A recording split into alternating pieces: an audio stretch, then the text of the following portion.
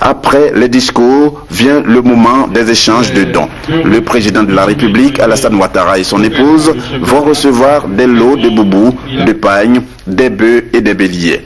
Le chef de l'État, pour sa part, offre des véhicules, 91 au total pour la sécurité et le corps préfectoral, sans compter les dons en espèces pour les populations. Le tout dans une ambiance conviviale, chaleureuse et festive.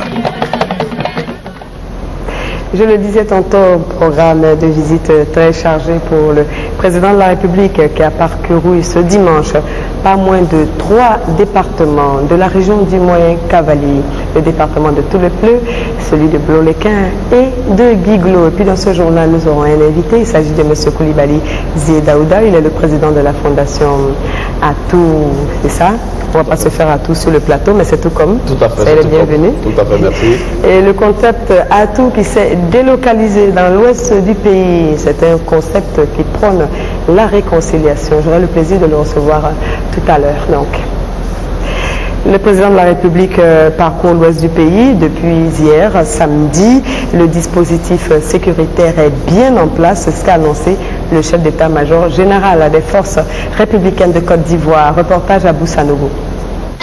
En marge de la visite d'État du président de la République, Alassane Ouattara, dans le district de Montagne, le chef d'état-major général des forces républicaines de Côte d'Ivoire, le général de division Soumaïla Bakayoko, avec la haute hiérarchie, gendarmerie, police, eaux et forêts, douane, a tenu à rassurer la population de l'efficacité des dispositifs sécuritaires mis en place pendant la durée du séjour du chef de l'État à l'ouest.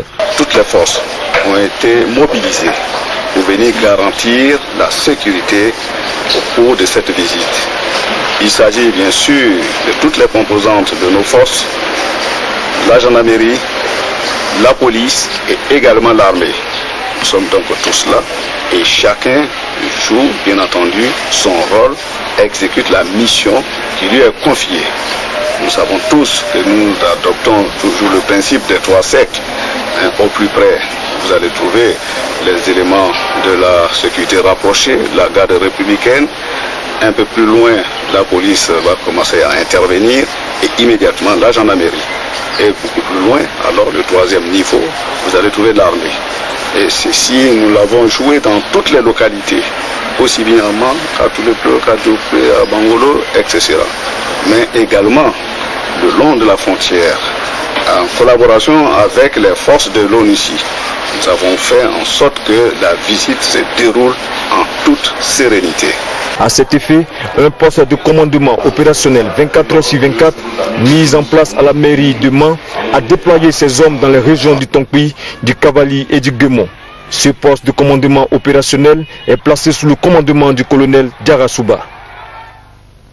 Amman, capitale de la région du Tonkpi, notre reporter Viviane Aïmé s'est intéressée au centre missionnaire Fokolari qui apporte une assistance notable à la population.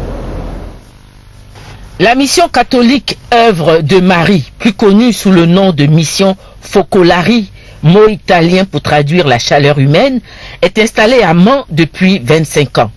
Dans son centre travaillent 23 missionnaires de différentes nationalités, hommes et femmes, totalement dévoués à la cause du social. La mission Focolari est d'un apport indéniable à la vie des populations de Man.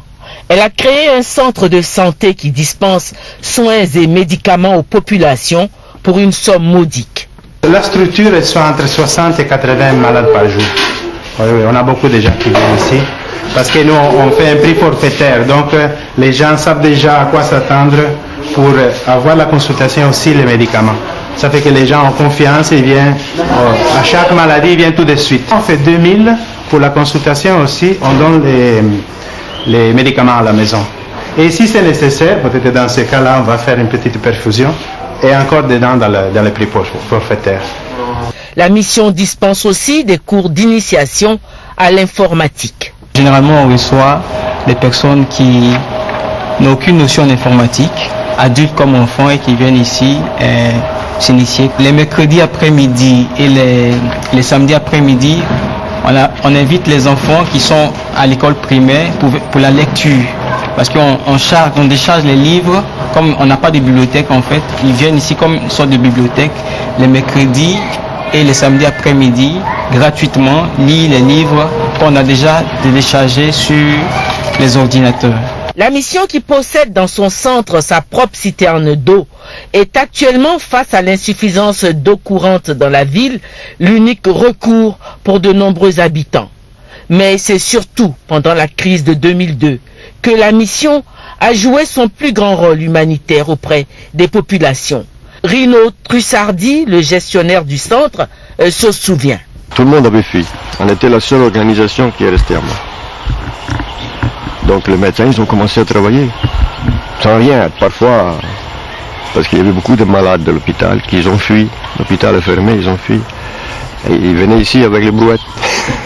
On a essayé de soigner tout ça. C'est un peu la solidarité entre nous qui nous a donné la force de faire ça. Les temps de crise sont passés, mais sur le volet social, les lacunes sont si grandes, les attentes si nombreuses. Faire toujours plus, tel est l'objectif de la mission Focolari. À l'instar des autres villes de l'Ouest, Dieukwé connaît des problèmes d'eau. Le chef de l'État a des solutions pour pallier au manque d'eau dans l'Ouest d'ici la fin de l'année, avant même les grands travaux d'adduction d'eau. Les choses commencent à s'améliorer grâce au programme présidentiel d'urgence, le PPU. Eugène Atoubé. Ça là, ce sont les anciennes pompes qui avaient comme début 45 mètres cubes. Et maintenant, de là, nous passons à la nouvelle pompe que nous sommes venus poser d'Abidjan, qui a un début de 80 mètres cubes. Lorsque cette pompe sera mise en marche, la population sera satisfaite. Enfin, la résolution du problème en eau à Dieukwé avec le renforcement des équipements de son centre de production d'eau potable. Un kit Sanifutur de dernière génération, grâce auquel la capacité d'eau distribuée aux populations à partir du château d'eau de la ville va passer du simple au double. Je lance un appel à la population de Dieukwé qu'elle reste sereine, qu'il y a eu des travaux d'aménagement. Les travaux ont atteint leur point d'achèvement et à en croire le chef d'exploitation de la SODECI à Dieukwé, Seri Drepeba, les populations peuvent se réjouir d'avoir de l'eau en permanence, à toute heure et en toute saison. Un changement qualitatif dans leur quotidien qui hier encore était fait de baisse de pression d'eau et de coupures intempestives, source d'harassement des populations et de manque à gagner pour les opérateurs économiques. On ne peut pas faire une semaine sans avoir coupure d'eau. On peut avoir coupure d'eau de 2 jours, 3 jours, on ne comprend rien. En réalité, il se posait à Dieukwé un problème de capacité. L'ancienne station de production d'eau était devenue trop petite pour satisfaire aux besoins en eau des populations dans une ville qui chaque jour grandit en habitants et se développe en étendue. 3200 abonnés sont enregistrés à ceux-ci de Dieukwé, dont 1750 actifs, c'est-à-dire ceux qui reçoivent régulièrement une facture pour un bien de consommation vitale, toujours objet de quête. Le président de la République sera demain à Dieukwé en fin de matinée. Le président de la République qui prend à cœur le problème de manque d'eau dans la région. Il va inaugurer la nouvelle station de traitement d'eau de Dieukwé. Bangolo constitue également une étape de la visite du président de la République dans le Grand Ouest. Le président sera dans cette ville demain matin. La petite bourgade fait sa toilette. Depuis maintenant quelques jours, Viviane Aïnimé était de passage à Bangolo mardi dernier. Voici ce qu'elle a découvert. Sans tapage, Bangolo prépare néanmoins la venue du président de la République. Bien que la localité soit modeste et ne dispose pas de grands moyens, plusieurs équipes de volontaires sont à pied d'œuvre depuis plusieurs jours pour désherber la grande voie d'accès et les endroits broussailleux à l'intérieur de la petite bourgade. On est venu volontairement. On a commencé depuis 7 h.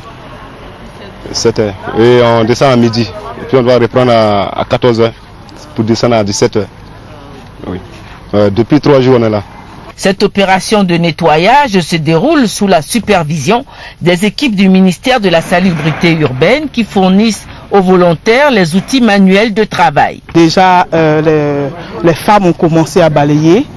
Pendant ce temps, les camions sont en train de ramasser tout ce qu'il y a comme dépôt sauvage Et il y a les gradins et il y a les chargeuses qui vont venir pour faire les ouvertures de voies, pour aménager la place qui va recevoir Monsieur le Président de la République. Ici à Bangolo, le Président de la République fera un arrêt lundi pour un meeting avec les populations. Dans cette localité de l'ethnie Oué, qui a fortement combattu le président Alassane Ouattara pendant la crise post-électorale, l'annonce de sa visite semble dissiper les rancunes. Si on l'a combattu, aujourd'hui le président, voilà, c'est nous tous nos présidents. On est contents, nous tous. On attend le président. Ça va déjà fini, donc on est là, la réconciliation, on va se serrer la main comme avant. Hein? On veut la paix, nous ne voulons plus palabre. Il faut que Bangolo soit libre, liberté, bonté, beaucoup de manger, nos enfants vont travailler, c'est ce que nous voulons. Bangolo se prépare donc pour ce grand rendez-vous sur la place publique du foyer des jeunes où va se tenir le meeting. La logistique est déjà en train d'être déployée. Une équipe de la présidence est à pied d'œuvre depuis mercredi pour installer le podium, les bâches et les chaises dans la tribune officielle. À 3 jours de la visite d'État du président de la République dans le Grand Ouest, on peut le dire, la mobilisation grandit.